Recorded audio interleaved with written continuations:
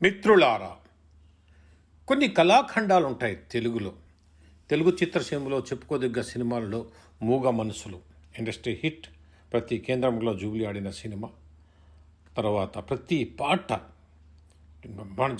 ఆదుర్తి సుబ్బారావు దర్శకత్వం, నాగేశ్వరరావు, జమున, సావిత్రి ముఖ్య పాత్రలో సినిమా అద్భుతంగా వచ్చింది. హిందీలో కూడా మిలన్ని రీమేక్ చేశారు, తమిళ్లో కూడా చేశారు. వీళ్ళు ఏం చేశారంటే మురారి వాళ్ళు ఈ రాఘవేంద్ర డైరెక్షన్లో ఆ సినిమాను మరోసారి టచ్ చేశారు. ఆ కథతో మళ్ళా సినిమా తీశారు జానకిరాముడు. రెండింటికి కేవి మహాదేవన్ మ్యూజిక్ అన్నా కూడా ఎందుకు మూగ మనసులకు వచ్చినంత స్వీట్నెస్, మూగ మనసులకు వచ్చినంత గొప్ప పేరు ఈ సినిమాకు రాలేదు. జానకిరాముడు రాలేదు. అట్లని జానకిరాముడు ఫ్లాప్ కాదు. రాయలసీమలో బాగా ఆడింది, తెలంగాణలో సరిగా ఆడలేదు. ఓపెనింగ్స్ బాగా వచ్చాయి. పాటలు దాదాపు 4-5 పాటలు పర్వాలేదు అనిపించిన, 2-3 పాటలు చాలా బాగుంటాయి.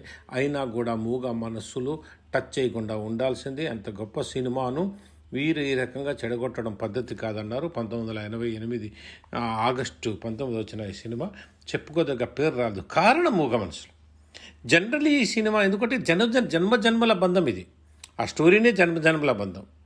జనరల్గా వచ్చింటే బహుశా జానకిరాముడు పర్వాలేదు అనేవారేమో, కానీ ఇది ఒకసారిగా మూగ మనసుల కథను తీసుకొచ్చి ఆ జన్మజన్మల బంధం కథని వీళ్ళు కొంచెం దాన్ని చిన్న చిన్న మార్పులతో చేశారు.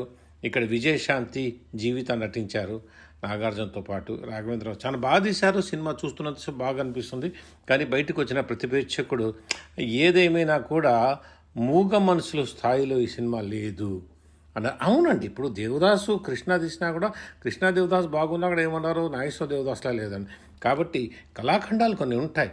ఆ కళాఖండాలు జోలికి వెళ్ళకూడదు. ఇది 100 ఆడిండవచ్చు జానకిరాముడు, కానీ అతి గొప్ప సినిమా మూగ మనసులో టచ్ చేసి జానకిరాముడు కొంచెం దెబ్బతీసిందేమో, కొంచెం బ్యాడ్ నేమో తెచ్చిందేమో అనిపిస్తుంది. అయినా కూడా జానకిరాముడు తన స్థాయిలో బాగానే ఆడింది. అదండి ఈ 2 సినిమాలకు ఉండేటువంటి బంధం. మూగ మనసులు, జానకిరాముడు, జన్మజన్మల బంధం, తండ్రి కొడుకుల బంధం.